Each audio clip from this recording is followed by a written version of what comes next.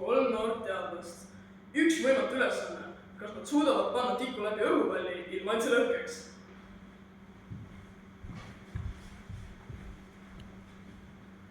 Nii, õhupall ja tikk on meil nüüd olemas, aga ma ei usu, et see õnnestub.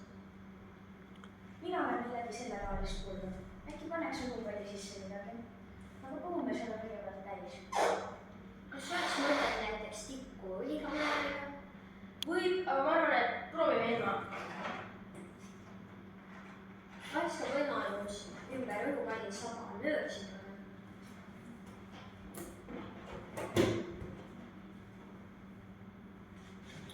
Õhupall on tehtud lateksist, mis on polümeermaterjal. Selle molekulid moodustavad justkui võrgu, mis suudab venida.